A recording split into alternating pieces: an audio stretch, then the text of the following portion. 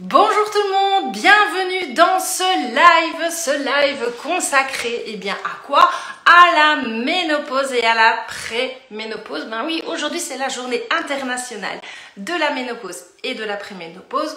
Donc on va parler de ce sujet, mais je ne vais pas en parler toute seule aujourd'hui. Aujourd'hui j'ai une invitée de choix, d'excellence, mon amie Véronique Liès, qui va me rejoindre d'ici quelques secondes. Je vous laisse le temps de vous connecter. Alors, sachez que dans ce live, on répondra à vos questions à la fin, d'accord? Très très important. Donc, on va désactiver les notifications quand on va commencer ce live. On vous a laissé le choix de nous les poser avant, quand on a annoncé ce live. Donc, on a déjà une liste de questions auxquelles nous allons répondre. Après, évidemment, vous avoir expliqué les généralités par rapport à la nutrition et la ménopause, parce qu'il y a pas mal de choses à mettre en place par rapport à la nutrition quand on est en préménopause et ménopause qui peuvent changer la donne à plein de niveaux. Et puis, on répondra aux questions qui nous ont été posées au préalable. Et s'il nous reste un petit peu de temps, on répondra encore à quelques questions. Mais attention, ce n'est pas une consultation individuelle ni privée. C'est des questions très globales auxquelles nous allons répondre tout de suite. On parle ménopause positive et nutrition. J'accueille ma Véro. Bonjour tout le monde. Ça va? Tu vas bien? Oui, je vais très bien et toi? Ça va très, très bien. Comme vous voyez, je dis ma belle Véro, mais elle est tellement radieuse, elle est tellement rayonnante. Quelle belle femme Ah, tu es. écoute, hein, merci, merci. Mais c'est parce que tu manges bien, Ah, ça. ben, c'est sûr, c'est sûr. Non, mais ça joue sur la Et oui. peau, sur... Ah, ben, c'est clair. Écoute, moi, ce qui m'a fasciné le plus la fois où je t'ai vue en vrai, de vrai, je me suis dit, mais quelle belle peau elle a. C'est incroyable.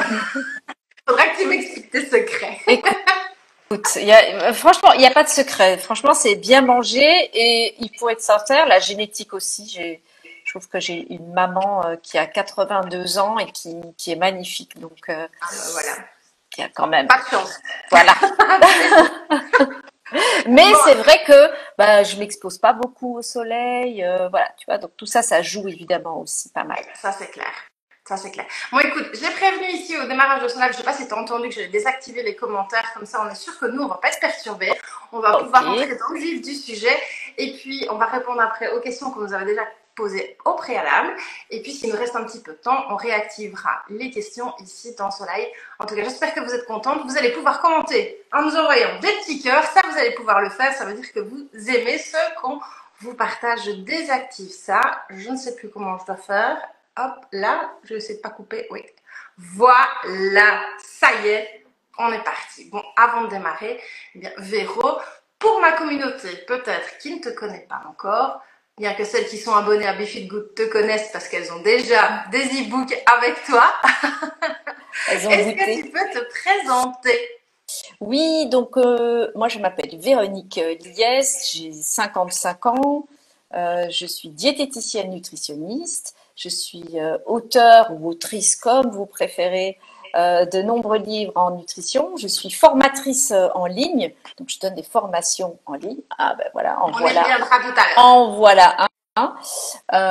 Donc je donne des formations en ligne pour les professionnels de la santé, mais aussi pour certaines parfois pour les particuliers. J'essaie de faire des formations un petit peu moins compliquées. Que te dire encore? J'ai une consultation au soleil.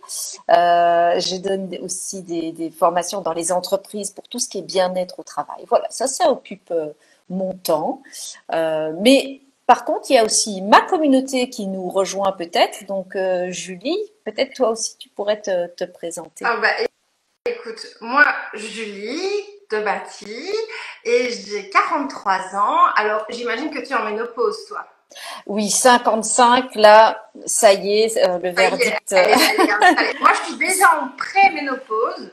Donc, j'ai été voir ma gynéco. Donc, je sais aussi ce que c'est la tornade hormonale que nous subissons Et avant. ce n'est qu'un début. Et oui. Et donc, je suis ancienne karatéka de haut niveau. J'ai été 2 fois médaillée d'or à la Coupe du Monde de karaté, 17 fois championne de Belgique parce que je suis belge, mais toi J'ai aussi. vu la photo, moi aussi je suis belge, j'ai vu la photo avec toutes tes médailles, c'est impressionnant. Oh, ben alors là, il en reste presque plus en plus sur cette photo-là. J'avais qu'une petite partie de ce que j'ai réussi à sauver.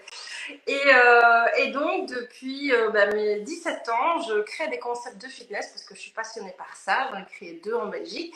Et puis, depuis maintenant 4 ans et demi, j'ai créé la plateforme en ligne fitness, bien-être, nutrition et mindset positif qui s'appelle Be Fit Good avec 2 I. Et d'ailleurs, le tout nouveau programme Ménopause Positive, le sujet du jour, parce que c'est la journée internationale de la ménopause. Donc du coup, on va tourner notre entretien par rapport à la ménopause et savoir ce qu'il faut faire et mettre en place justement d'un point de vue nutrition, parce que la nutrition, il faut faire beaucoup de changements, je trouve quand même, mais positifs, pas drastiques, pas de régime, etc., pour avoir ce dont on a besoin pour vivre une bonne ménopause et pour pallier aussi à tous les troubles et toutes les transformations qu'on subit pendant ce temps-là. Voilà le thème de ce live. Alors, si vous avez déjà rejoint Be Fit Good, vous avez déjà vu que avec Véronique, on a mis sur justement la plateforme Be Fit Good un programme alimentaire avec des recettes spécifiques ménopause où justement ce dont on va vous parler se retrouve dedans parce qu'on n'a pas choisi les recettes et les contenus au hasard. C'est justement pour avoir les bons apports dont on a besoin et aussi tous les conseils par rapport à la nutrition. Mais si vous n'êtes pas encore abonné à Be Fit Good, vous nous rejoignez bien évidemment, c'est le moment, c'est l'occasion, mais on va déjà vous donner les grandes bases avec Véro. Alors je pense que la première, tu vas pas me contredire, la base de la base, c'est la protéine. Alors, écoute, si on veut avoir une vision globale, c'est vrai que tous les macronutriments vont avoir leur importance pour certaines raisons, mais les protéines, c'est vraiment quelque chose qui est particulièrement important. Donc, à partir de la ménopause, ça n'a échappé à personne. Il y a des modifications qui se passent et qui vont pas spécialement dans le sens d'une perte de poids, même si statistiquement, il y a 4% des femmes monstrueuses qui vont perdre du poids au moment de la ménopause. Mais donc c'est possible. Donc c'est possible. Voilà.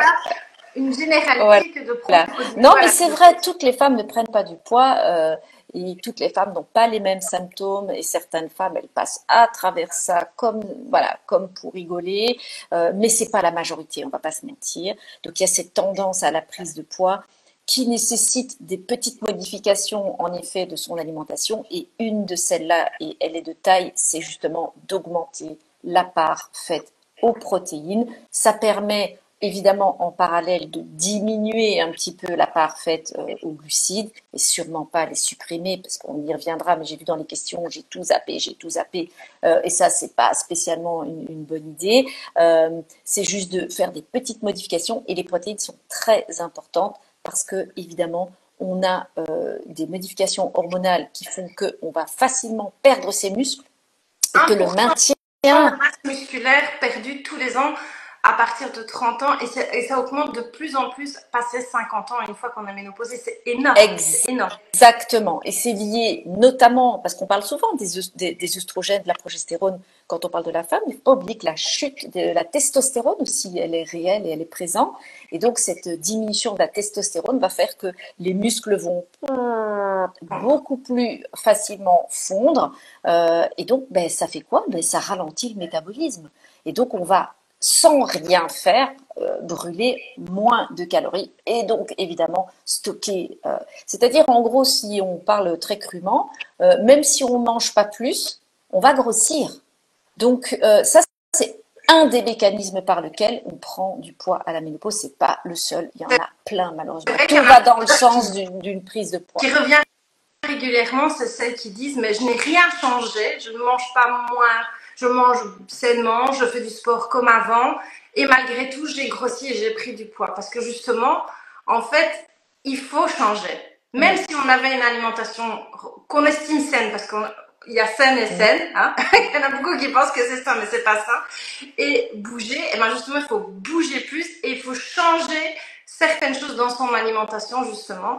Si on reste dans le même train-train, effectivement, ça va, il y a la baisse du métabolisme qui va quand même arriver par rapport à ce qu'on faisait avant. Donc d'office, ça va se produire. Donc on doit quand même refaire de nouveaux changements positifs.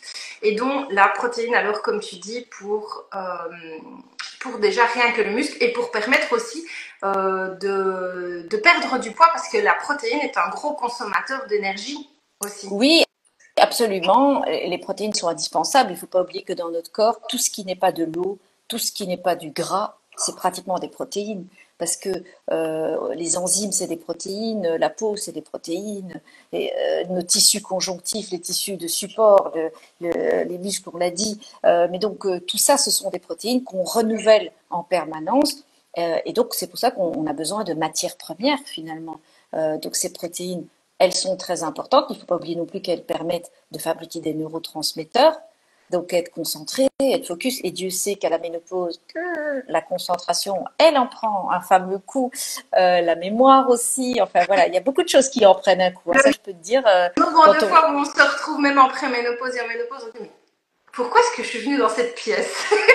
Comment il s'appelle encore celui-là? On a vu 14 films de lui et voilà, c'est infernal. Protéine, tu dis, ben justement, peut aider notamment La santé mentale, elle dépend de la qualité des graisses. Hein. C'est vrai que tout ce qui est mémoire et tout, ça va être plus peut-être des bons oméga 3, des choses comme ça. Mais tout ce qui est capacité de concentration, fabriquer de la dopamine, et puis il ne faut pas oublier que être de bonne humeur, ça dépend de la sérotonine. Pour ça, il faut aussi des protéines. Or, il y a aussi pas mal de perturbations de l'humeur, troubles de l'humeur au moment de la ménopause. Mais il faut quand même préciser qu'on n'est pas en train de dire allez-y, mangez du steak matin, midi et soir. C'est pas ça le message. Il y a aussi une importance de la qualité des protéines.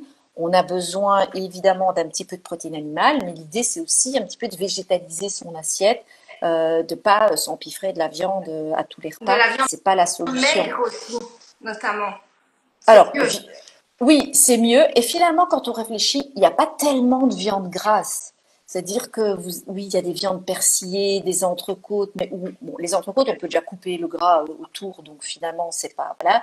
Et c'est vrai qu'à part l'agneau, qui est quand même une viande plutôt grasse, le lard, des choses comme ça, finalement, le veau, c'est pas une viande spécialement grasse. Et encore même, si vous aimez l'agneau, il y a des morceaux qui sont maigres aussi, il y a des longes, on n'est pas obligé de manger des côtelettes ou des côtes d'agneau. Donc finalement, des viandes maigres, oui, c'est bien, mais c'est pas un gros sujet parce que c'est pas très compliqué de manger finalement des viandes maigres. L'idée, c'est de pas manger de la viande tous les jours, on le sait, mais j'ai remarqué. Ce n'est pas que la viande, et je pense qu'il y a beaucoup de gens aussi qui pensent que la protéine ce n'est que dans la viande, mais il y en a aussi bien évidemment dans les poissons, dans les crustacés et aussi les œufs.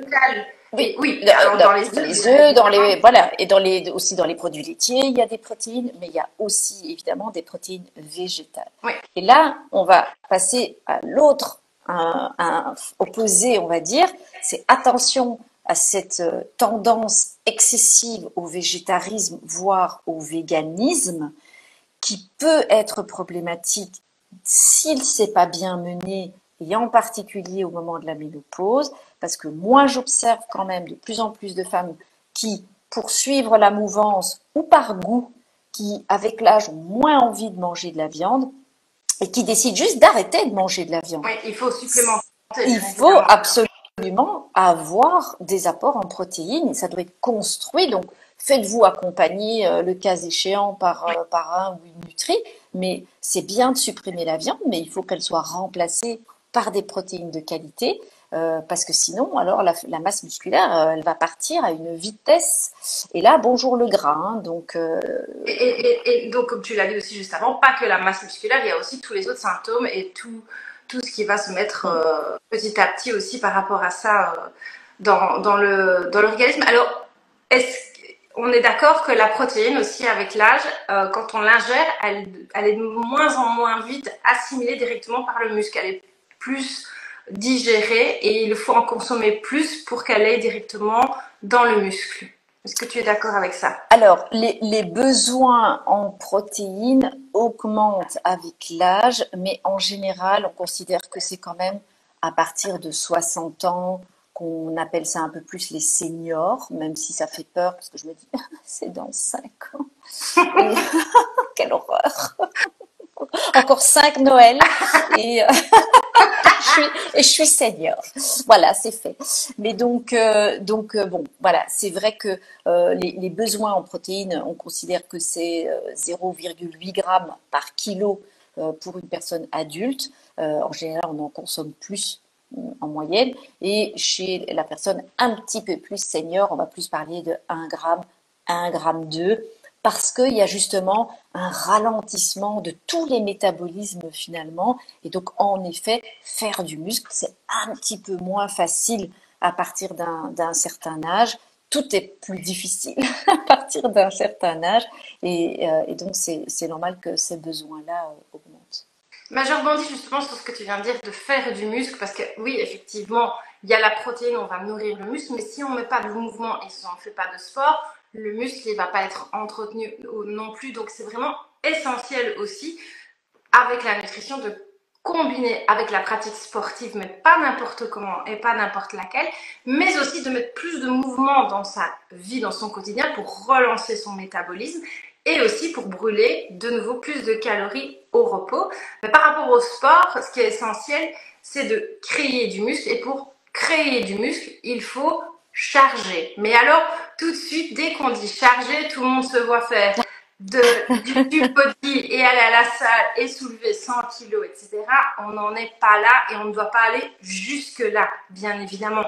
Ce qu'il faut, c'est que créer du muscle, on doit faire du renforcement musculaire et il faut y aller de manière progressive parce que ça aussi, il y a beaucoup de gens qui brûlent les étapes et qui se disent du jour au lendemain, je vais aller soulever 10 kilos, je vais faire du muscle. Non, tu vas surtout te faire un gros claquage et une grosse déchirure et tu vas surtout plus rien faire après. Il faut y aller. Faut pas avoir honte de commencer avec 250 grammes. Ça fait déjà bien mal au muscle, surtout si on n'a rien porté avant. Et ce que ça va faire, que ça va, créer du muscle. Ça ne veut pas dire qu'on va se développer, ça ne veut pas dire qu'on va muscler, surtout si on fait des charges progressives et légères. Mais ça va créer du muscle qui est en fonte et qu'en plus, plus on va créer du muscle, plus on va en fait être un gros consommateur d'énergie et de calories parce que le muscle a très faim de calories et demande beaucoup plus de calories pour pouvoir vivre. Donc en fait, on perd du poids si on se supplémente suffisamment bien en protéines et qu'on fait en plus du renforcement musculaire avec des charges progressives. Donc ça aussi, c'est très très important par rapport à la fonte musculaire. Et puis le sport aussi et surtout le renforcement musculaire, ça aide aussi à avoir une musculature plus forte autour de nos os qui, eux, justement, avec l'ostéoporose et avec l'âge, vont commencer à s'abîmer, donc on va risquer beaucoup plus de se blesser et de casser. Tandis que si on a une musculature qui soutient quand même beaucoup plus les os, ça va permettre aussi d'éviter un maximum de blessures et de cassures liées à l'ostéoporose. Donc ça aussi, c'est super important par rapport à ça. La protéine et de créer du muscle avec le sport. Et l'activité physique, au-delà de ça, elle renforce les os aussi. Donc, je veux dire, c'est vraiment, voilà, c'est tout un ensemble.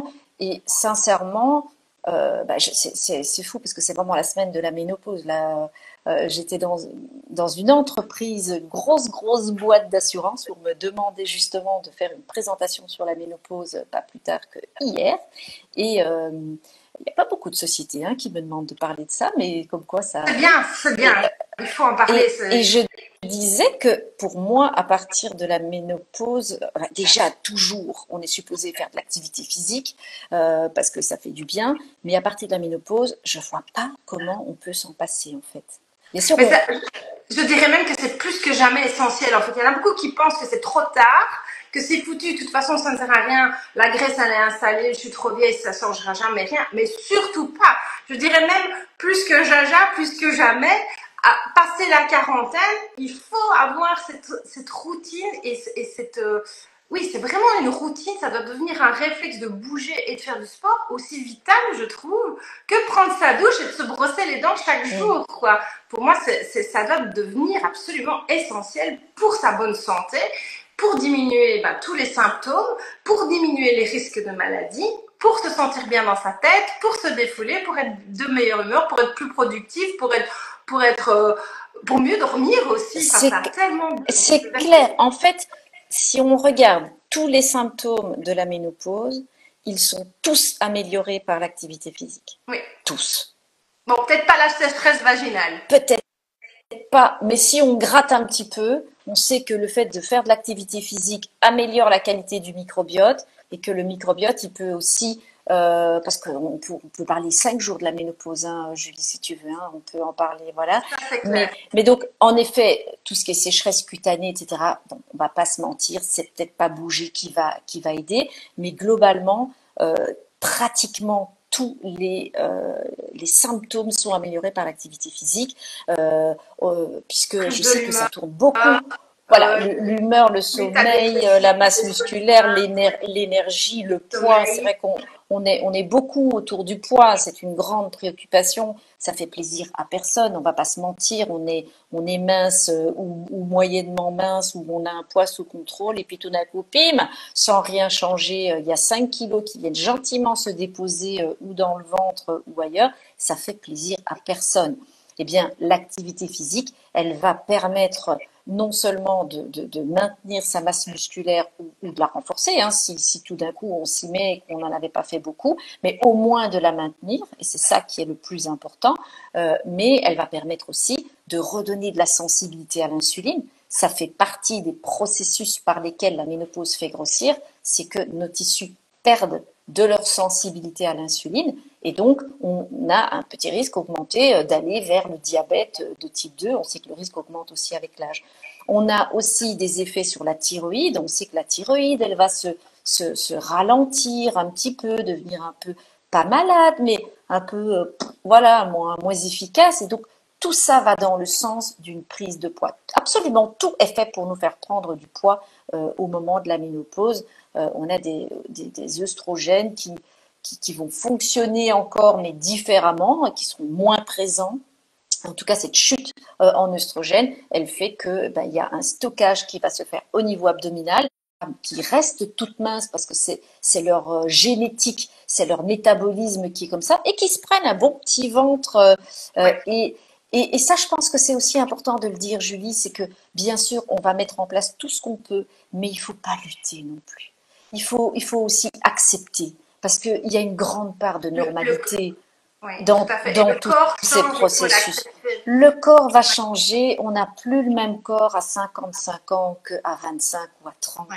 Et il ne faut pas lutter à s'en rendre malade. Tu as parlé d'activité physique progressive, le corps il a besoin de s'adapter. Et comme tu disais très bien, si c'est demain je m'y mets, craque dedans et je vais aller, alors que Ça j'ai jamais servira bougé de ma à vie, rien. à la salle tous les jours pendant 2 heures, mais c'est pas que ça servira à rien, mais oui, ça servira à rien, mais on va se blesser, ça va être pire. Ah, ou Donc, se blesser ou s'épuiser et le corps va aussi se mettre en blocage parce qu'il va en avoir de trop, donc il ne sera pas productif non plus dans sa séance parce qu'on en fait de trop, il va saturer. Donc c'est pas bon non plus à ce moment-là. Donc il vaut mieux faire des bonnes séances qui nous sont accessibles, progressives en y allant pas à pas. Et c'est pour ça que moi je propose des programmes à partir de 10 minutes par jour parce que même en 10 minutes, si c'est bien fait, bien exécuté avec les bonnes postures et les bons mouvements, ah bah, on est au bout de sa life, quoi. Même des fois plus qu'une séance d'une heure où on a passé 3 quarts d'heure à papoter ou à se mettre en place ou à chipoter.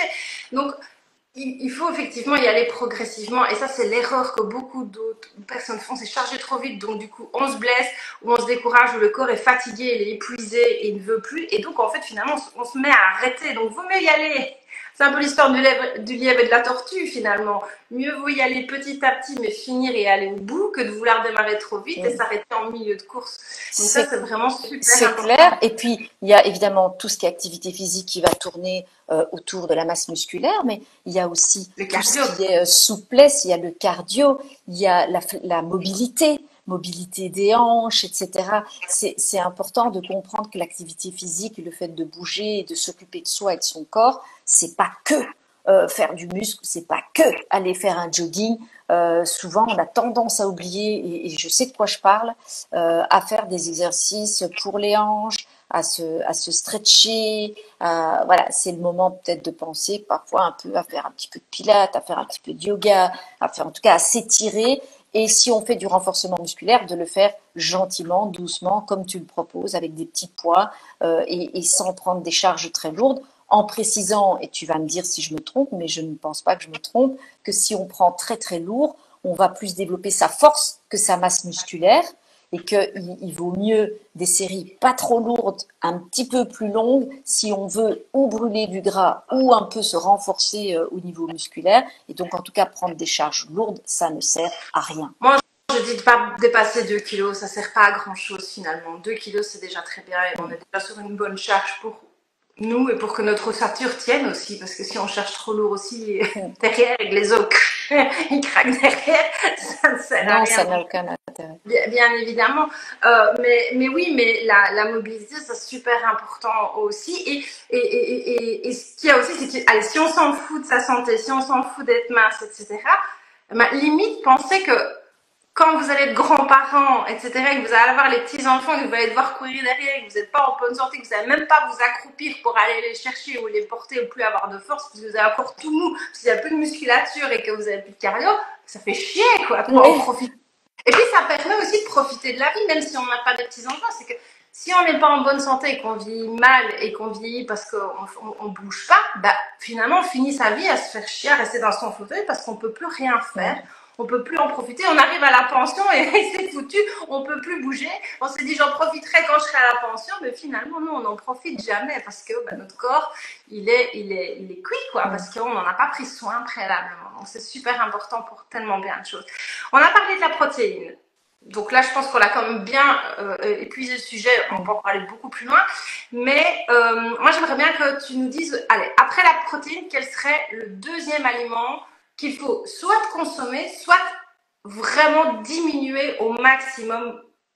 Allez, je ne vais pas dire bannir parce que je n'aime pas ce mot-là, parce qu'il faut toujours un petit... On parle du sucre, il ne faut pas le bannir, mais il faut manger du bon sucre, par exemple. Des sucres, on ne va pas se rajouter le sucre raffiné tout le temps, manger les pâtisseries où il n'y a que du sucre, des tonnes de sucre dedans, etc., ou les plats transformés. Je pense que le sucre, ça peut être aussi une des bonnes choses qu'il faut commencer clairement à changer dans son alimentation aussi. Pas que à la ménopause, tu vas me dire, de manière globale. De manière globale, ça fait pas partie des ingrédients à avoir au menu absolument. Donc après, c'est très personnel. En effet, tu l'as dit, il y a des personnes qui prennent plus facilement que d'autres. On n'est pas égaux.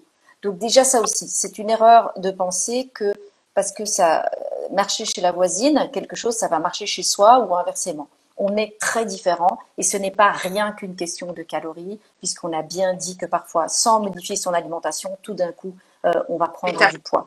Donc, on a des métabolismes différents, on a des microbiotes différents, on va pas absorber de la même façon les aliments, on va pas les métaboliser de la même façon, on va pas les stocker ou les déstocker de la même façon, on est tous différents. Donc, voilà, chacun va plus ou moins réagir différemment. C'est sûr que le sucre, l'idée n'est sûrement pas de le bannir si vous avez un anniversaire, si vous avez une fête, si vous avez un petit dessert à sa place de façon régulière pour se faire plaisir. Mais ça ne doit pas être quelque chose qui est mis matin, midi et soir au menu, c'est très clair. Le sucre fait partie des glucides, on a absolument besoin de glucides. Les glucides, c'est des sources, quand ce sont des aliments pas transformés, sont des sources de bonnes fibres, et Dieu sait que les fibres sont importantes, et ça aussi, on peut en parler. C'est vrai que malheureusement, au moment de la ménopause, il y a des modifications de microbiote qui s'opèrent, qui font qu'on va se mettre à plus ballonner, et ça contribue un petit peu à ce sentiment de ventre proéminent. Le nombre de mes patientes qui me disent « mais moi, le soir, j'ai l'impression d'être enceinte de 6 mois ». Ben oui, c'est vrai, ça peut arriver. Bon, et c'est sûr que... En 2 secondes, ça d'ailleurs, les membres de Be Good, on a déjà écrit là-dessus ensemble, justement, par rapport au programme Ventre Plat, et on a fait tout un chapitre, justement, de conseils par rapport au ballonnement et comment arriver à déballonner, etc. Donc, si jamais elles sont déjà membres, allez jeter un coup d'œil sur ce programme qu'on vous a déjà concocté avec Véro. Il y a plein de conseils de la page Conseils nutrition que vous pouvez retrouver, parce qu'on ne va pas pouvoir tout dire aujourd'hui dans ce live, mais il y a déjà quand même pas mal d'indices par rapport au ballonnement.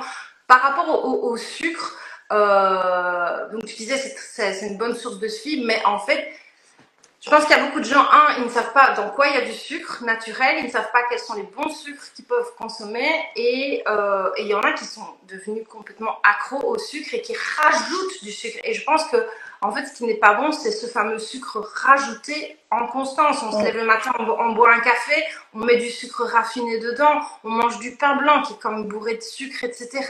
On mange des pâtisseries industrielles qui sont quand même très très sucrées, des bonbons qu'on achète pour les collations même de nos enfants, qui quand on regarde premier ingrédient sur la liste, bim, sucre, c'est celui qui a le plus. Tu dis, what the... qu'est-ce que c'est que ce truc-là? Voilà. Et on achète des plats préparés tout faits qui sont industriels où pour mettre du goût, ils te rajoutent plein de sucre alors que c'est un repas salé, mais il est bourré de sucre dans les ingrédients.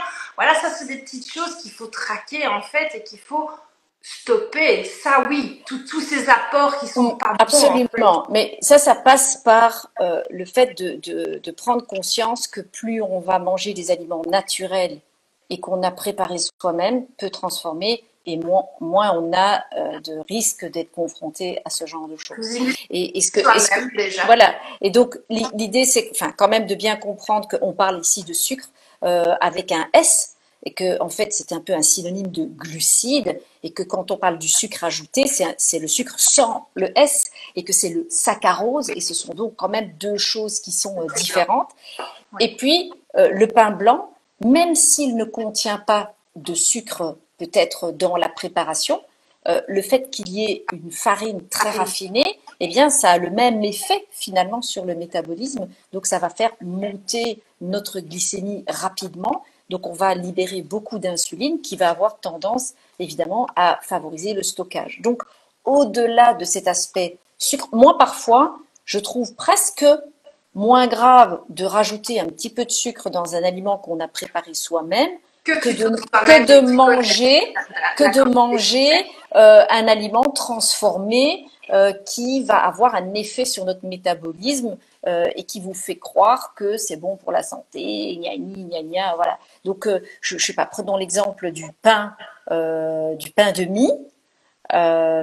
Soi-disant, ça existe en mode riche en fibres complet, mais ça a un effet sur la glycémie qui est quand même assez désastreux.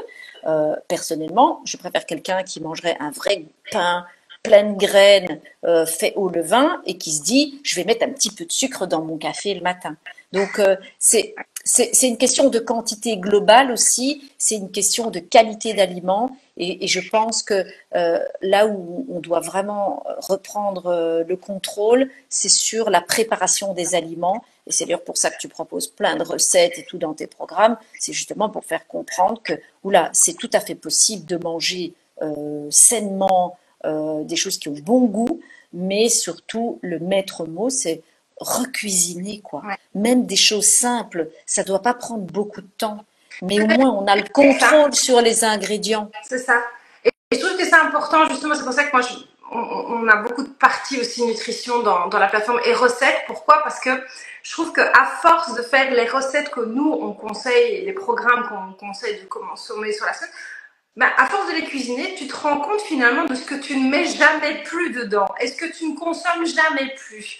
Et c'est là que tu te rends compte qu'en fait, ça, tu peux le jeter, tu peux ne plus l'acheter parce que tu n'en auras juste plus besoin. Et si tu te rends compte aussi de la quantité de légumes que tu consommes et de la quantité de protéines aussi que tu consommes et des bonnes graisses et très peu de, pas de mauvaises graisses.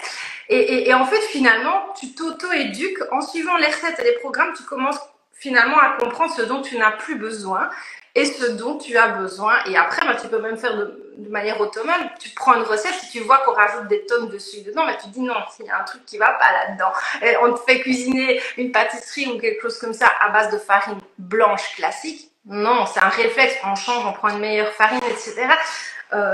Complète, semi-complète ou de farine d'épeautre, par exemple. Oui, ou parfois même de la poudre d'amande, c'est amusant. On peut, là chez vous, hein, essayer de trouver des alternatives. Moi, j'adore ça quand il y a des recettes et que je me dis, tiens, j'essayerais bien de mettre ça à la place. Pas toujours. Non, non.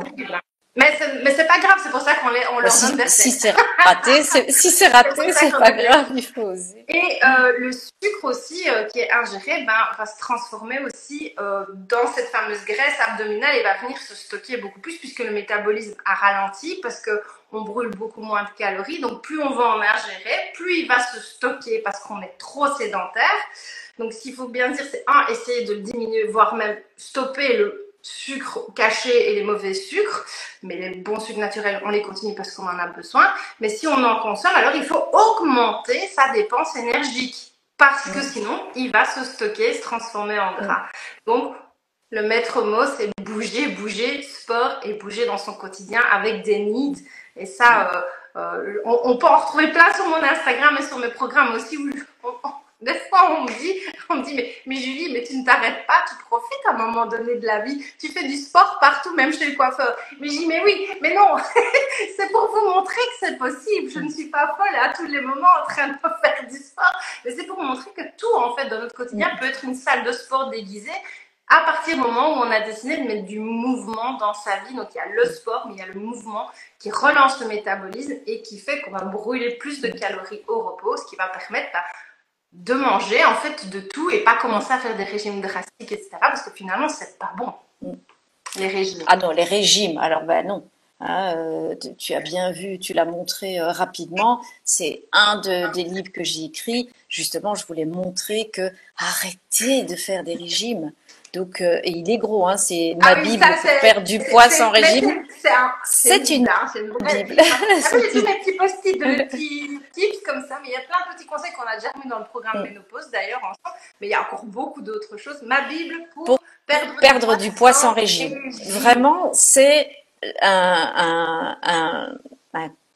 c'est pas un résumé parce que c'est beaucoup d'informations, mais c'est vraiment une Bible, mais de tout ce qui fait. On a 600 pages. Voilà, mais il y a des recettes dedans. Oui, donc c'est tout ce qui fait qu'on prend du poids ou qu'on n'en perd pas.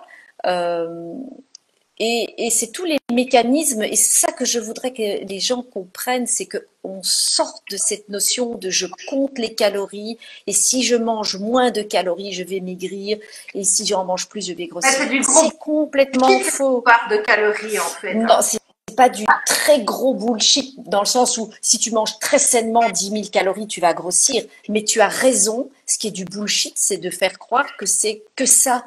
Les mécanismes de prise ou de perte de poids, et en fait c'est un des mécanismes et c'est pas du tout suffisant pour l'expliquer, et la preuve c'est que si toi tu manges exactement la même chose que moi et que si on mesurait la même chose, ce qui est pas du tout ce qui est pas vrai, mais eh bien peut-être que toi tu grossirais pas et moi je grossirais parce que on n'a pas les mêmes hormones, on n'a pas le même, on n'a pas, oui, même à dépenses énergétiques égales. C'est ça qui est incroyable, c'est que imaginons que vraiment on soit quasi pareil, mais on n'a pas le même métabolisme, on n'a pas le même microbiote, on n'a pas la même production hormonale, on n'a pas la même sensibilité à l'insuline, notre thyroïde ne fonctionne pas de la même façon, et donc on n'est pas pareil. Et donc c'est ça que je voulais montrer. Donc dans ce livre, il y a tout ce qui évidemment a trait à l'assiette, hein, les proportions, les protéines, les graisses, lesquelles, tout ça. On en parle dans le livre, mais à côté de ça, il y a tout l'aspect hormonal, la thyroïde, l'insuline, les œstrogènes, le cortisol, comment le stress, ben voilà, rien que ça, le stress fait grossir, vous êtes stressé, vous grossissez, alors que vous avez mangé la même chose que votre voisin. Donc, je parle de l'activité physique, je parle du microbiote, bref, c'est vraiment tout ce qui fait des horaires de repas. Manger à 22 heures, ça fait pas la même chose que si vous avez mangé exactement les mêmes aliments à 19 heures. La régularité des repas, donc je parle de chrononutrition, c'est vraiment tout ce qui fait que on n'est pas pareil. Et donc, à quoi faut-il faire attention pour ne pas prendre de poids ou pour en perdre sans faire régime? Oui, parce que ça marche pas. On se prive. Mais non, mais quand on se prive, d'abord, on a la frustration. Donc, dès qu'on arrête, on est libéré, délivré. Et donc, du coup, on se rue et on prend 2 fois plus de poids. Mais ça, c'est le truc, l'effet yo-yo que quasi, je pense, tout le monde a vécu au moins une fois, qui a essayé. Mais aussi, quand on fait régime, en fait, moi, j'aime bien cette histoire-là, c'est que en fait, ton métabolisme brûle les calories pour vivre, pour tes fonctions vitales, les calories que tu ingères. Donc, si tu arrêtes et si tu diminues et si tu prives ton corps de calories, il n'a plus l'essence. C'est comme une bagnole. Si tu lui mets plus d'essence, elle va plus avancer. C'est pareil, ton corps, il va se dire, oulala, on m'a privé une fois, on m'a privé une deuxième fois, stockons vite, on ne sait jamais. qu'elle me refasse le coup. Et puis, donc, c'est comme ça que ça se stocke en graisse parce qu'on a privé. Donc, tout ce qu'il a à gérer, il l'a stocké pour être sûr de ne pas manquer le jour où on va recommencer à stopper et pour pouvoir vivre, respirer, digérer, contrôler nos hormones, etc. Clairement. Mais c'est très bien fait. Hein. Mais c'est très bien fait. C'est-à-dire qu'il faut comprendre qu'à la base, ça se passe comme ça pour nous sauver la vie. Hein. Quand on fait régime, quand on fait des restrictions, le corps, il se dit, c'est la guerre. C'est la guerre. Faisons des réserves. Et donc, au début, ça va fonctionner un petit peu. Et puis, en fait, le corps, il va s'adapter. Donc, il va dire, écoute, tu es face à des restrictions, je comprends, tu n'as pas assez à manger, pauvre de toi, eh bien, je vais adapter le métabolisme à la baisse. Donc, on ralentit, la thyroïde est ralentie, on a moins envie de bouger, donc on va aussi, voilà, la masse musculaire va se mettre à diminuer. Et puis, il faut pas oublier aussi la fatigue, on n'a plus envie de bouger parce qu'on n'a plus le carburant, donc on n'a plus l'énergie, on est hyper fatigué, on tombe malade, on est de mauvaise humeur, etc. Parce que simplement on a ralenti et on n'a pas mis le bon carburant dans notre organisme, en fait pas assez. Et puis on va manquer non seulement de calories, mais on va manquer de vitamines, de minéraux et de tout ça. Et il faut pas oublier que tout ça, ça nous aide à brûler du gras. Donc, les calories que l'on utilise, on les brûle pas comme ça, elles sont brûlées par des mitochondries. Donc, ce sont des petites usines à énergie qu'on a par milliers dans nos cellules. Et ces petites usines à énergie, pour brûler les calories que l'on mange, elles ont besoin de fer, elles ont besoin de vitamines du groupe B, elles ont besoin de magnésium, de coenzyme Q10. Et donc, quand on prive le corps de ces bons nutriments, eh bien, les calories, si elles ne peuvent pas être brûlées, elles sont stockées.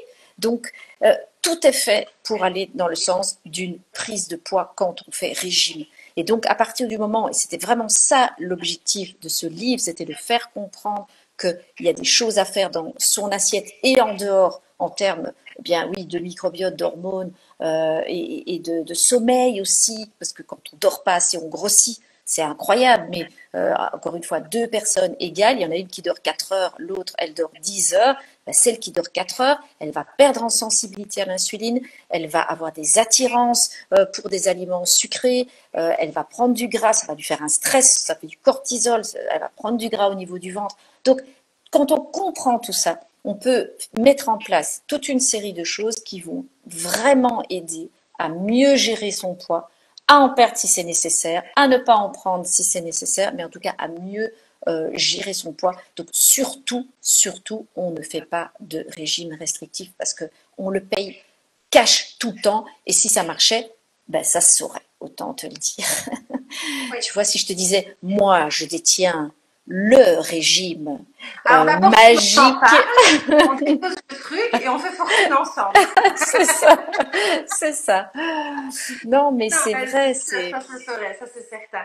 Bon, alors, est-ce que tu as un autre aliment il y en a plein, évidemment, mais est-ce qu'il y a encore un peu indispensable à la préménopause et ménopause qu'il est important de consommer et de ne pas négliger? Alors, moi, j'aime bien parler aussi toujours de mes petits oméga 3. Voilà. Parce que fatalement, dans le gras, on n'en a pas parlé, mais il y a aussi plein de bonnes choses. Et donc, on va certainement pas zapper le gras. On va juste. Un bon gras. Voilà, on va limiter les mauvaises graisses plutôt d'origine animale, etc. Sauf le gras du poisson qui est d'origine animale, mais qui est excellent justement, puisque les poissons gras sont très riches en oméga 3. Donc, on va faire attention à la qualité de ces graisses. Ça, on doit le faire toute sa vie. Mais c'est encore plus important à la ménopause parce que les œstrogènes, ils ont des effets anti-inflammatoires. Donc, c'est fou. Hein. Les œstrogènes, on dit, ouais, c'est les hormones de la femme, c'est les règles, c'est le cycle, c'est la reproduction. Mais non, les œstrogènes, c'est le cerveau. Les œstrogènes, c'est la peau. Les œstrogènes, c'est la défense, c'est l'immunité. C'est les anti-inflammatoires. Et je peux te dire que le nombre de femmes qui, à la ménopause, se réveillent le matin, j'ai mal là, j'ai mal là, qui ont mal partout, tout simplement parce que cet effet protecteur a disparu. Cette protection anti-inflammatoire a disparu. Quels sont les anti-inflammatoires de l'assiette les plus puissants? Vous avez 1, les oméga 3, 2, les polyphénols dans les végétaux. Donc les fruits, les légumes, c'est aussi pour ça qu'il faut pas les voilà. Et après, on peut se faire aider, hein, parce qu'on n'en a pas parlé ici, mais bien sûr un peu de curcuma, un peu d'arpagophytum. Il y a plein de choses qu'on peut prendre aussi. C'est aussi un bon moment pour peut-être envisager, hein, de prendre l'un ou l'autre complément, que ce soit un peu de calcium. On en parlera peut-être dans les questions, parce qu'à mon avis, il y aura des questions autour de la santé osseuse, mais le calcium, la vitamine D, etc. Donc, Le voilà, magnésium aussi. voilà, le magnésium, la vitamine K sont vraiment des nutriments essentiels de tout ce qui est santé articulaire et santé osseuse. Donc ça, on y reviendra. Mais donc, les Faut pas bons balayer. oméga 3 pour la peau, pour l'effet anti-inflammatoire, il ne faut pas les oublier. Donc, poisson gras, de l'huile de colza, et ça, c'est des choses qui doivent être vraiment au menu. Si tu parlais de se supplémenter, parce que c'est vrai qu'il y a, je rebondis juste là-dessus, parce qu'il y a toute une polémique par rapport aux compléments alimentaires, hein, il faut pas, il y a compléments alimentaires et compléments alimentaires, on est d'accord. Il y a les compléments alimentaires où on te vend une formule miracle que prends ça, tu vas maigrir et tu vas perdre du poids et tu vas détoxifier et voilà, où on te vend du rêve, ça, c'est du bullshit. Par contre, en complément alimentaire, c'est des choses qui complètent notre alimentation, qui supplémentent notre alimentation, parce qu'on ne sait pas avoir un apport des fois assez suffisant naturel dans l'alimentation et qui a besoin de se supplémenter avec justement des vitamines en plus, des minéraux, etc., qu'il faut prendre en complément. Donc, comme tu dis, oméga 3, magnésium, calcium, vitamine D, etc., ce sont des compléments alimentaires, mais qui sont nécessaires aussi et qu'on peut se supplémenter avec. Alors, on peut se supplémenter, mais l'idéal, vraiment, je le conseille toujours, c'est de faire appel à un professionnel de la santé parce que certaines personnes n'en ont pas besoin. De la vitamine D, tout le monde en a besoin. Donc, vraiment, je vous invite tous à faire un petit bilan de vitamine D pour savoir de combien de vitamine D vous auriez besoin. Mais tout le monde, et encore plus les femmes ménopausées, ont besoin de vitamine D. Le calcium, quelqu'un qui aurait vraiment aucun problème d'ostéoporose, donc à faire évaluer, et qui a des apports en calcium suffisants, ma foi, ça c'est pas bon même de prendre du calcium quand on n'en a pas besoin. Donc, en fait, pourquoi est-ce qu'on met tellement en garde les gens par rapport aux compléments alimentaires? C'est parce que s'ils sont mal renseignés, ça peut être dangereux. Donc, on a d'une part, comme tu disais, les vitamines, les minéraux, éventuellement d'autres molécules qui sont dans l'alimentation, mais qui parfois ne sont pas apportés en suffisance ou ne sont pas bien absorbés, parce que parfois, justement, c'est ça la difficulté, c'est qu'ils sont apportés en suffisance, mais ils ne sont pas bien absorbés. Et puis, tu as à côté de ça toutes ce qu'on appelle des substances bioactives. Là, on est un peu plus dans la phytothérapie, par exemple, et qui, là, ne sont jamais en suffisance dans l'alimentation. Tu vas, par exemple, jamais avoir un effet antidépresseur avec 3 grains de safran quand tu mets du safran dans ton riz. Hein, ton petit riz jaune, il va pas te faire rire toute la journée, hein, on est bien d'accord. Non, c'est moi qui fais rire. Voilà, c'est Julie qui fait rire toute la journée. Et donc, le safran, c'est un super antidépresseur, tu vois. Donc, mais il faut la substance active qui s'appelle le safranal. Tu vas trouver ça que dans un complément alimentaire. Donc, il y a des choses qui sont pas juste des compléments. Il y a vraiment des choses, c'est des substances bioactives. Le curcuma, c'est pas en saupoudrant non plus d'un petit peu de curcuma dans ta sauce que tu vas avoir un super effet anti-inflammatoire. Aussi, hein, le curcuma. Oui, mais maintenant, il y a des formes bien mieux encore où le curcuma, il est associé notamment au fenugrec, des trucs comme ça. Il y a des mécanismes maintenant. Voilà, ce sont des compléments qui sont faits pour être vraiment bien assimilés. Et là, vraiment, c'est toujours mieux de demander conseil à un professionnel de la santé bien formé qui va pouvoir donner des conseils avisés dans ce domaine. C'est ce qu'il peut faire avec toi aussi, d'ailleurs. Bien sûr, et c'est pas pour ça que je le dis, parce qu'il y a beaucoup d'autres qui sont bien formés, mais et c'est vrai d'ailleurs aussi pour les symptômes de la ménopause. On peut en parler, de toute façon, encore une fois, on peut parler 5 jours de ça, mais on peut parler du soja, on peut parler de la sauge sclarée. On peut donner des conseils généraux aussi, mais maintenant c'est sûr qu'il faut consulter aussi si c'est vraiment trop compliqué, trop difficile à vivre. Il y a les hormones aussi qui peuvent être supplémentées aussi. Alors, il y a les traitements hormonaux de substitution, mais qui ne sont pas, comment on va dire, à encourager pour toutes les femmes, mais pour certaines, oui. Et puis, voilà, donc ça, c'est vraiment le médecin qui va, avec la patiente, déterminer si c'est une bonne idée de prendre un traitement hormonal de substitution Et je le dis, je ne suis moi, parce que parfois les nutris sont totalement opposés, etc. Moi, je lis la littérature et je vois quand même que dans certains cas, il y a vraiment des avantages à prendre un traitement comme ça. Mais c'est une décision qui doit se faire par le médecin avec la patiente et c'est pas du tout notre rôle de juger de l'intérêt d'un traitement ou pas.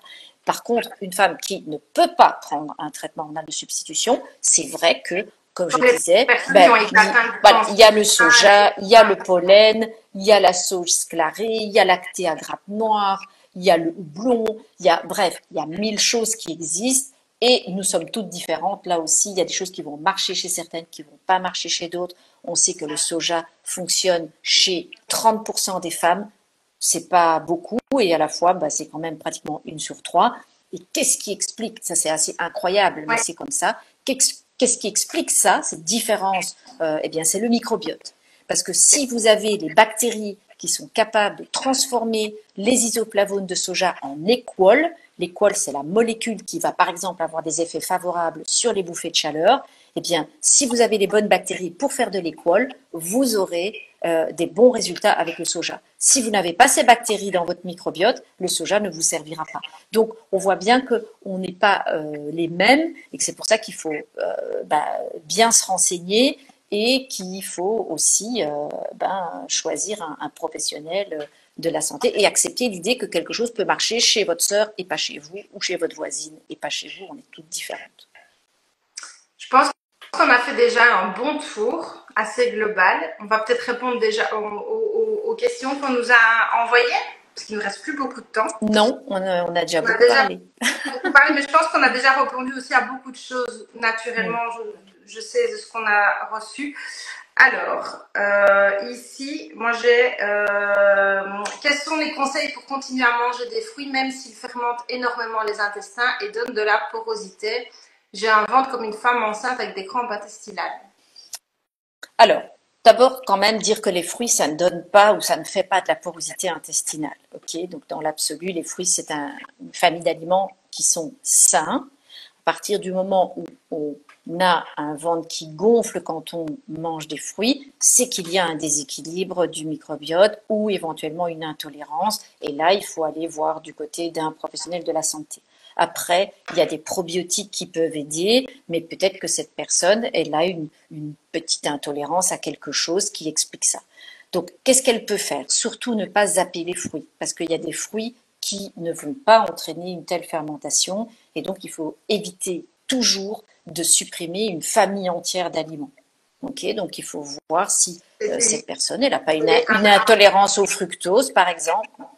Alors, elle peut commencer par manger des fruits cuits, peut réintroduire des fruits, mais plutôt en mode cuit. Donc, ça va faire déjà nettement moins fermenter.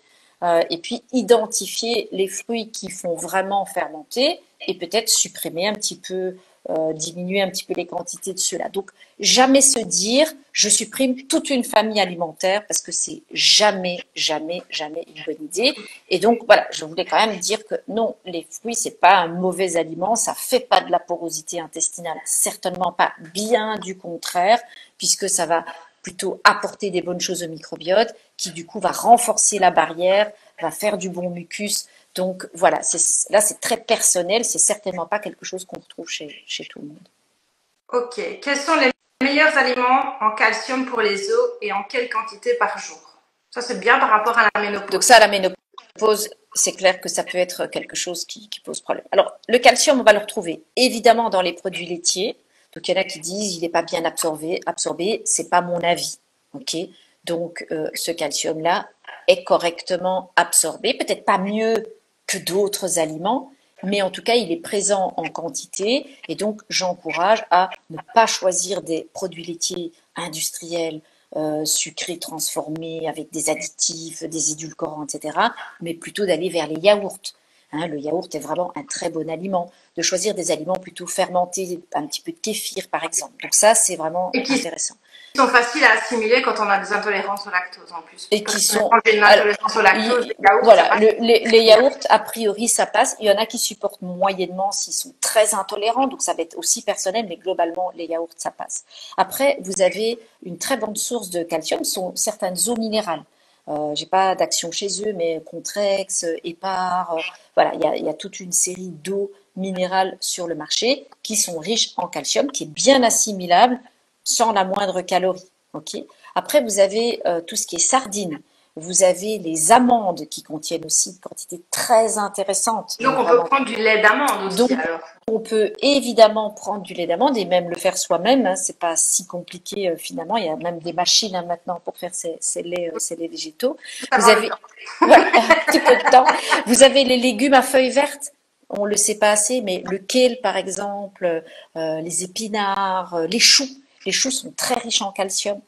Donc, à partir du moment où on intègre quotidiennement ce type d'aliments dans son alimentation ou de boisson, puisqu'on parlait du kéfir, on parlait des eaux minérales, eh bien, on va évidemment avoir des apports en calcium suffisants. Les graines aussi, par exemple, les graines de sésame, très intéressant. Donc, voilà. Mais par contre, le lait de soja, qui est parfois utilisé, s'il n'est pas enrichi en calcium, il ne contient pas de calcium. Donc, quand je dis produits laitiers, c'est vraiment produits laitiers principalement d'animaux, quoi. Alors ici, j'ai une question qui ne nous concernait pas par rapport à les oestrogènes, etc. Ça, c'est pas notre domaine. Il faut voir un médecin par rapport à ça. Quel aliment privilégier pour retrouver de l'énergie? Je suis en ménopause précoce sous TSH et j'ai besoin de booster mon énergie. Alors, c'est vrai, à la ménopause, on observe une perte de vitalité, on ne va pas se mentir, en partie qui est liée au métabolisme et en partie au fait qu'il y a pas mal de troubles du sommeil.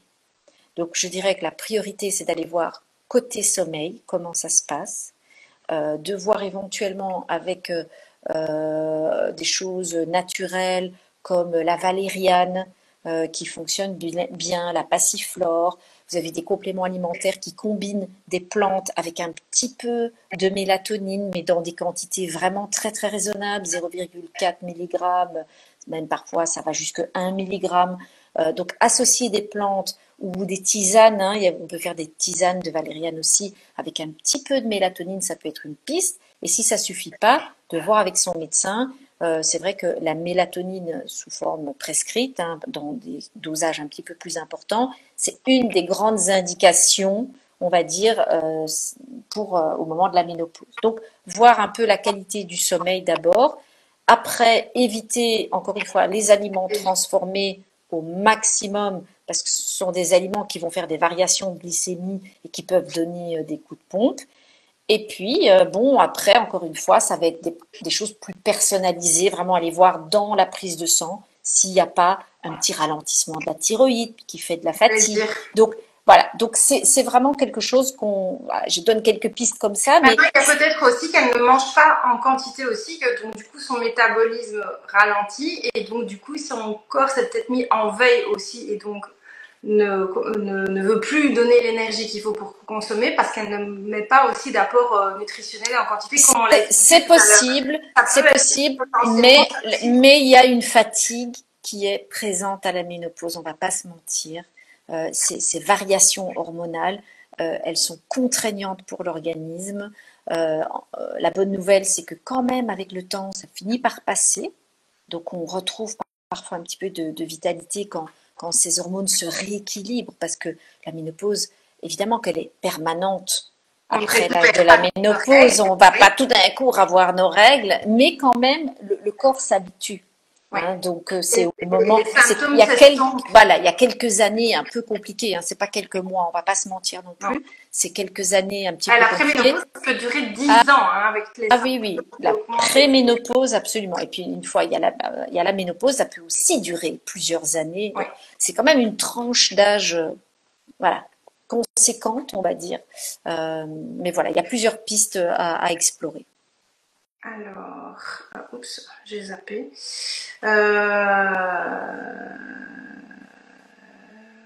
Alors, bonjour, j'essaie de perdre les kilos pris de la ménopause, mais c'est difficile. Une amie a perdu 12 kilos en 8 mois en retirant les féculents et les sucres. Que pensez-vous de ce mode d'alimentation? Faut-il supprimer les féculents le soir et les diminuer? Alors, par rapport au sucre, on y a répondu. Par rapport au fait que justement chaque personne avait un métabolisme qui réagissait différemment, donc ce qui a marché sur elle ne veut pas dire que ça va marcher sur tout le monde. Mais alors on n'a pas encore parlé des féculents le soir, donc on peut peut-être parler de ça par rapport à cette question. c'est vraiment un grand débat.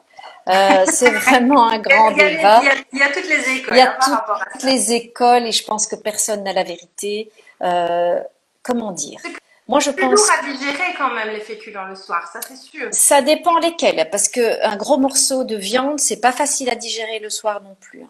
Donc, un gros steak le soir avant d'aller dormir, c'est quelque chose qui se digère difficilement. Donc, c'est même combat. Et une raclette aussi, hein, c'est difficile à digérer le soir. Donc, tout excès, non mais la raclette c'est gras, donc tout excès Là, j'ai un bip qui ah sonne, je sais pas ce que c'est quand il dit. oui, ah oui, tout excès alimentaire va évidemment contribuer à favoriser une prise de poids et à être plus difficile à digérer.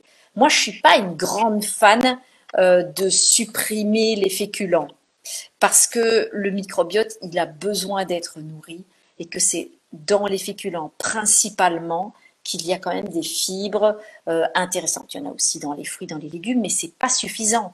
Il faut savoir qu'on a besoin d'au moins 30 grammes de fibres par jour et que on va retrouver peut-être 2-3 grammes de fibres par 100 grammes dans les fruits et les légumes. Donc il faut déjà s'en manger hein, avant d'avoir les 30 grammes. Donc une bonne source de fibres, c'est notamment ces aliments-là. Maintenant, on peut un petit peu les réduire, c'est vrai, au moment de la ménopause.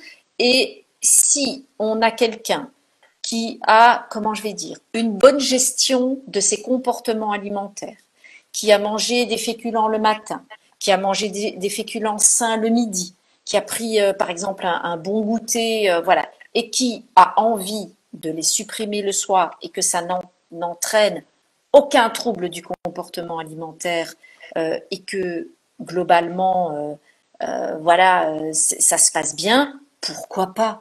C'est pas grave de supprimer les féculents le soir si on a envie de le faire. Il Mais faut pas c'est pas les une obligation. bannir Il complètement de faut tout. pas les bannir, certainement pas. Moi, bon, ok, cette personne, elle a perdu du poids en faisant ça. Je suis curieuse de voir combien de temps elle va tenir. Il faut pas oublier que il faut faire monter un peu d'insuline alors c'est un peu technique, mais pour faire passer le tryptophane dans le cerveau et produire de la sérotonine, il faut une élévation de l'insuline. Donc quand on mange pas du tout de féculents, on a une plus grande tendance et à la dépression et aux troubles du comportement alimentaire. Donc ça va faire baisser la sérotonine, ça donne des pulsions. Donc les supprimer totalement, moi je dirais sûrement pas.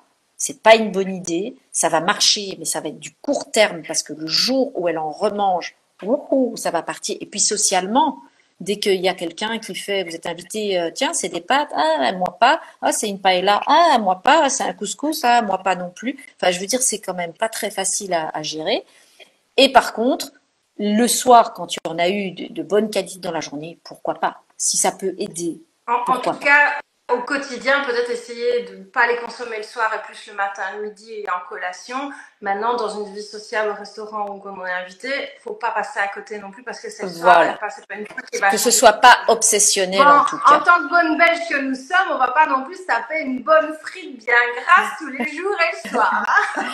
Non, mais tu sais, c'est un fantasme de Mais une beaucoup de bonne gens, ces frite de frites. temps en temps, c'est bon quand même. Oui, mais encore faut-il la trouver. Et là où je suis, les frites, elles sont pas bonnes. Mais Donc, tu vis en France, reviens en Belgique pour ah une oui, bonne quand frite. mais c'est pas une légende hein, que les frites sont meilleures en Les Belgique, hein, Français, c'est franchement. le pain et nous, c'est les frites. Hein. Ouais, bon, le pain, même en France, c'est C'est pas. vrai, ça, en général, je mange. Mais c'est vrai que c'est beaucoup du blanc, ça c'est sûr. Mais il est quand même bon. Ouais, ouais, ça dépend. Ouais, c'est pas. Moi, je trouve que c'est plutôt voilà, tout ce qui est méditerranéen ici dans ma région, ça c'est quand même très très agréable Ah oui, comme type dans le d'alimentation. sud que tu es. Voilà. Alors ici, on a répondu, faut-il augmenter les protéines et davantage de légumes pour perdre du poids? Oui, ça on en a répondu. Clairement, voilà. Je n'arrive pas à maigrir, malgré que je fais du sport, je n'arrive pas à faire de régime car mon péché c'est les petits déjeuners. J'aime prendre du lait au café sucré le matin avec du pain. Qu'est-ce que je dois faire? Merci. Bah, là, on a déjà répondu pas mal aussi au fil On a répondu pas mal. Sincèrement, c'est pas un petit peu de sucre dans le café qui va, voilà, il faut éviter de mettre 15 grammes ou 20 grammes de sucre dans le café. Et Alors, c'est bien quand même d'essayer de ne pas démarrer la journée avec du sucre. voilà, si vous pouvez le supprimer, c'est bien, mais c'est pas pour ça que la personne elle va se mettre à fondre comme neige au soleil, c'est ça que je veux dire aussi. Et le pain, ça va dépendre de la qualité. Moi, j'aime bien préparer du pain très riche en graines, sans farine. Donc moi, je fais vraiment des pains où c'est que un mélange de graines. Mélanger du psyllium, des graines de tournesol, des graines de chia, des amandes, des noisettes, avec un petit peu d'eau, etc. En faire une espèce de Ah bah si tu es bouillie. d'accord, tu me fileras la recette, on la mettra sur le site. Ah, mais c'est mon secret. Ah, Non, non, je la donnerai la je vends du recette. rêve là. Comme ça, Non, on bien pourrait sûr, créer aussi le mais pain de bien zéro. sûr, je la donnerai la recette. C'est une tuerie. Ah bah écoute, on va tester ça alors. Et donc par rapport à l'activité physique régulière, parce que c'est peut-être aussi qu'elle ne fait peut-être pas les bonnes activités, parce qu'il y a activité physique et activité physique aussi. Il y a sport et sport, il y a des sports qui sont efficaces parce qu'ils font du renforcement musculaire, comme on l'a dit, et qui créent du muscle aussi, qui vont être beaucoup plus consommateurs de calories et donc qui vont permettre plus de perdre du poids et des hits aussi. Maintenant, il y a des sports qu'on fait qui ne font pas maigrir, mais ça met du mouvement par contre à ce moment-là. Et là, c'est important pour le métabolisme, mais ça va pas faire. Et puis, le sport Mais n'a pas que comme seule finalité de faire non, mais maigrir. ça, on l'a dit de toute façon Voilà, ici au début. Mais si, comme la question était par rapport aux pertes de poids et au fait qu'elle faisait du sport, donc mais voilà. tant mieux, encourageons-la à Ah continuer son oui, sport oui, et à lui bien sûr, dire mais que, peut-être mettre un évidemment, autre type de sport voilà, dedans aussi, qui va être mais dans un objectif elle est physique. certainement bien mieux dans sa tête, dans son sommeil, dans plein de choses. Donc, de toute façon, indirectement, ça l'aidera. C'est clair. Comment faire pour améliorer son sommeil, le mal de dos et les articulations, bouffer de chaleur et booster l'alimentation afin de perdre quelques kilos? Bah ça, on l'a expliqué pas mal de fois aujourd'hui par rapport au sommeil et tu as donné aussi des Voilà. petits conseils Et pour les juste bouffées avant. de chaleur, j'ai parlé un peu de phyto, c'est très personnel. On a dit la sauge sclarée, l'acté à grappe noire, le houblon. Il y a plein de choses qui peuvent, le kudzu. Enfin, il y a plein de choses qui peuvent aider. Voilà, juste comme ça, je signale quand même que, enfin, je ne vais pas le signaler parce qu'il est en rupture de stock, mais le livre Hormones, arrêtez de vous gâcher la vie, que j'ai coécrit avec le docteur Vincent Renaud, parle de toutes ces stratégies justement sur 13 hormones qu'on a parcourues. Mais il sera bientôt de retour, donc Ah bon, voilà. on en reparlera Voilà, quand tu le voilà, liras et on le re-signalera, on se fera un petit live alors. voilà.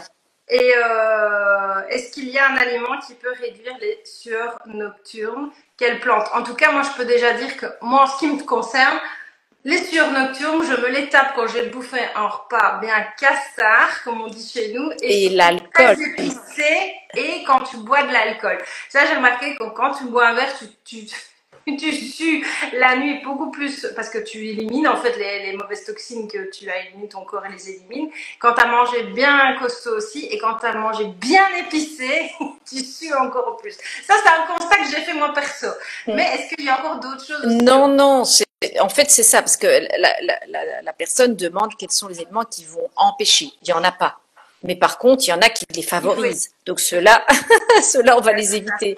Et voilà, manger très gras, manger très lourd, boire de l'alcool, tout ça, ça favorise les sueurs nocturnes. moi, Et c'est l'activité physique diminue le risque de sueur de bouffée de chaleur. aussi, ouais, ça c'est sûr. Et une autre chose, moi, que j'ai remarqué, ça c'est peut-être ma question personnelle, mais peut-être qui peut intéresser beaucoup de monde aussi, j'ai des bouffées de chaleur comme ça qui me prennent d'un coup quand je mange, ben, peut-être un peu plus vite et très chaud. Très chaud. Mais là, ça Logique. monte, mais d'un coup, là, comme ça, t'as le truc qui part là, j'en peux plus, je sens vraiment que c'est une bouffée de chaleur, j'ai l'impression que mon visage fait 800 degrés qui va exploser, et ça vraiment, on sent que ça monte, ça monte, ça monte, c'est vraiment C'est typique de la bouffée logique, de hein. chaleur. C'est vraiment, je regarde, je vais te donner un petit. Moi, j'ai reçu, regarde, un de mes anniversaires, tu vois, je me suis fait offrir Ah un ben, moi, petit truc comme ça. mais j'en parle tout le temps aussi, j'ai mon éventail dans mon sac à main, et moi, je suis au resto, je suis Et comme donc, ça, et hop, je regarde, mais tu vois, tu as des avant, mini ventilateurs comme ça, c'est très très utile, hein, et ce qui marche très j'encourage. bien aussi en bouffée de chaleur, c'est un petit spray de hydrolat de menthe Mm. poivrée. Donc ça s'achète tout fait, l'hydrolat de menthe poivrée. J'ai acheté un petit flacon en plastique tout fin qui rentre dans mon sac à main. Et en bouffée de chaleur, tu mets un petit coup comme ça dans ton décolleté, là, et ça fait un effet, c'est mouillé, donc ça rafraîchit, et en plus l'effet de la menthe poivrée, ça fait un effet froid, Un effet et ça fraîcheur. rafraîchit super fort, et ça donne, ça diminue, voilà l'effet. Ça c'est l'astuce, ça. Mais tout ce que tu as dit, finalement, tout ce que tu as cité, finalement c'est assez logique, hein, c'est-à-dire que ça fait monter la température interne chez tout le monde, sauf que autour de la périménopause, on a un petit problème de thermostat et de réglage c'est ça, hein, le corps il reçoit des mauvais signaux et il réagit de façon exagérée. Donc si on lui envoie déjà un signal, oulala, et hop, après ça part. Donc voilà, ça ne fait que renforcer. Donc tout ça est bien logique finalement. Mais oui, c'est ça. En temps normal, notre thermostat peut avoir des variations de température. Il se régule sans mettre de sueur et de suer, etc. parce qu'il est bien équilibré. Mais à l'après-ménopause, il a une tolérance qui devient de moins en moins bonne. Donc ça veut dire que à 1 ou 2 degrés près, il peut vite se monter et se dire en alerte, warning, warning, il fait chaud, on va envoyer une bonne sueur pour rafraîchir le corps. Pour éliminer cette chaleur. Donc pour faire la climatisation en fait. Et à la ménopause, la tolérance est niveau 0, voire même moins 1. Et donc la moindre petite chose qui chamboule alimentaire ou chaleur. Ou tout ce qui va faire de la chaleur interne, ça va être. On a l'impression qu'on est dans un sauna en 10 secondes et donc du coup, il y a cette bouffée de chaleur-là qui arrive et c'est vrai que voilà, maintenant on va pas se priver de manger chaud, on va pas se priver de manger épicé non plus si on aime ça de temps en temps, mais on sait que ça peut se produire après, on a l'éventail, le petit hydrolat et on le gère avec panache. Mais écoute, ça c'était les questions qu'on avait eues. Je pense qu'on a déjà bien répondu à beaucoup de questions. Je vais juste réactiver 2 minutes. Allez, 5 minutes tombent. Non, j'allais supprimer le live, non, ça va pas aller ça. Les commentaires. Donc voilà, si vous avez une question mais qui n'est pas personnelle, je rappelle, qui n'est pas médicale mais qui est vraiment liée à la ménopause, dont on n'a pas encore peut-être abordé le sujet là maintenant, vous pouvez nous la poser. On vous laisse encore 5 minutes pour répondre à vos questions. Sachez en tout cas que ce live, si vous venez de nous rejoindre, sera disponible en replay. Il est très riche de superbes informations. Véronique nous a donné vraiment une mine d'or de conseils par rapport à la ménopause et préménopause et à l'alimentation. Et sachez aussi que, si vous voulez franchir le cap de avoir tout ce dont vous avez besoin en termes de conseils de Véro notamment, parce qu'elle a fait la partie nutrition et le programme alimentaire de ménopause positive sur Be Feel Good. Moi j'ai fait la partie sport et la partie bouger plus et la partie mindset, parce que l'état d'esprit ça fait beaucoup aussi dans ce programme. Sachez que vous pouvez rejoindre le programme sur befeelgood.com. Voilà, le temps que vous nous posiez les questions, je vous fais cette petite info par rapport à ce programme-là. Vous pourrez vraiment retrouver tout ce que vous voulez. Alors, comment arrêter les fringales chocolat? Alors, non, mais c'est vrai. Alors, bien comprendre que à la ménopause, on va avoir des récepteurs à la sérotonine qui fonctionnent moins bien. Donc, on a risque augmenté de dépression, de troubles de l'humeur, d'irritabilité, et c'est lié aux fringales. Donc là, on va mettre en place des petites stratégies qui vont consister à déjà prendre un goûter riche en tryptophane, puisque le tryptophane permet de produire de la sérotonine. Donc je vous encourage à manger des petites noix de cajou, un yaourt avec un fruit par exemple à 4 heures. Et si ça ne suffit pas, il y a des conseils aussi en phytothérapie qui sont intéressants. En France, il y a le griffonia et le safran, par exemple. Je dis en France parce que malheureusement, en Belgique, il n'y a pas de griffonia. Voilà, donc il y a des stratégies pour essayer de limiter ces fringales. Et parfois, les fringales, elles sont dues au fait qu'on mange pas assez pendant les repas ou qu'on supprime les féculents. Et on rentre dans alors, on n'est pas rassasié, et donc, pas de féculents, une glycémie qui diminue, on ne fait pas passer le tryptophane dans le cerveau, comme j'avais dit, donc on ne fait pas de sérotonine, donc on a des pulsions. Et on entre dans ce cercle vicieux, et donc on est vraiment tiré vers le bas, et donc on grignote, on pète un câble, on dégomme l'armoire, et puis on dit demain, craque dedans, et puis du coup on mange de nouveau plus le matin, et une petite salade à midi, et puis à 4 heures on repart en sucette, et hop, on est parti, et là on est dans un mauvais système, quoi. Ouais, donc c'est manger, il faut pas, moi je préconise, et toi aussi, un petit déjeuner, une collation éventuellement à 10 heures, un repas de midi, une collation à 16 heures et un repas du soir.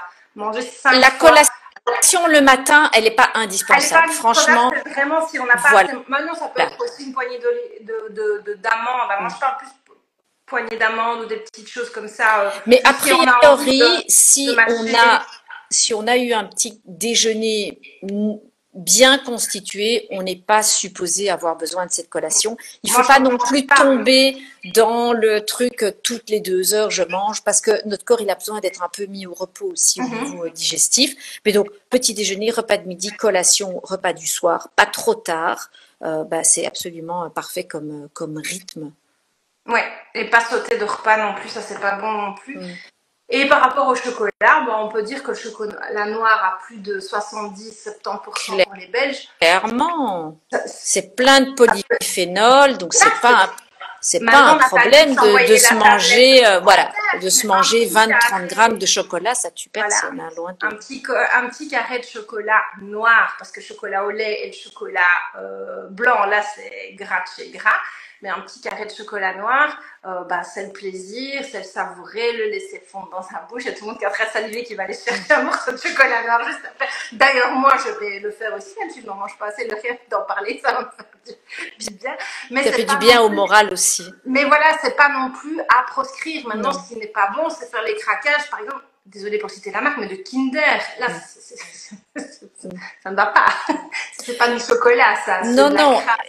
Et je dirais même, si c'est votre trip absolue et que vous en mangez un de temps en temps, ça va pas vous tuer. Oui, mais c'est pas 5 mais pas des craquages. Voilà, ça c'est vraiment des craquages. Et non plus l'envie compulsive, ce qui fait qu'on se goinfre, on va jusqu'à se rendre malade parce qu'on s'est tellement privé. Donc mieux vaut en manger un petit peu de temps en temps pour combler ce besoin et cette envie, mais avec modération, en dégustant, en étant en pleine conscience, le goût, l'odorat, etc. Ça fait durer le plaisir, comme on dit. Bien sûr, il faut profiter de ce qu'on mange. Si on se goinfre et on en mange très vite, en fait, on ne le déguste pas, on ne profite même pas de la saveur, et on ne prend même pas de plaisir à le manger, et on culpabilise, et c'est pire que tout. Donc, mieux vaut un craquage, bien profiter avec modération que de se frustrer et de se goinfrer 10 000 fois après aussi. Par rapport. Absolument. Donc ça, c'est sûr. Bon, on est pas mal là. Oui, je sais pas. Je pense pas qu'il y avait encore quelque chose qui était vraiment arrivé. Impossible de me retenir. Ça dure sans pouvoir résister. Fais-toi un tout petit bout, un petit bout.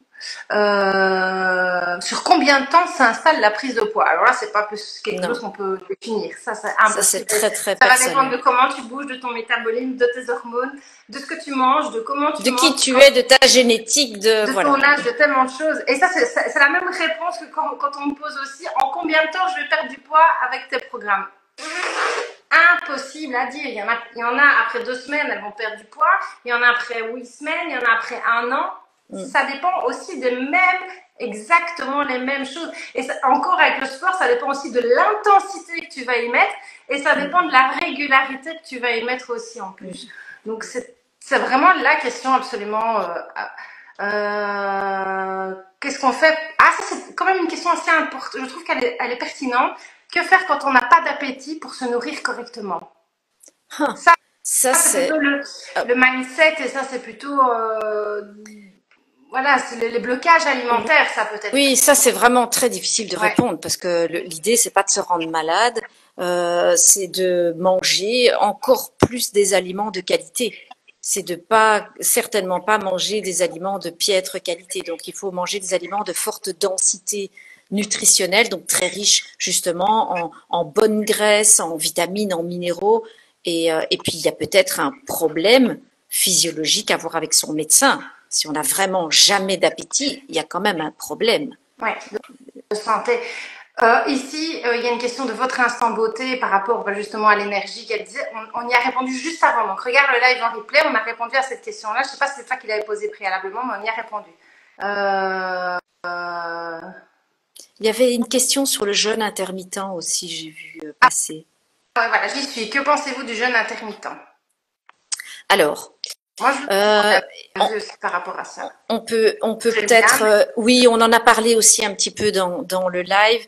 C'est vrai que la dernière question à laquelle voilà, on répond parce qu'il est déjà manger, oui, il est tard. Manger tard, c'est en tout cas pas une bonne idée. Les études montrent qu'on n'a pas intérêt à manger très tard le soir, ça favorise des problèmes d'insulinorésistance.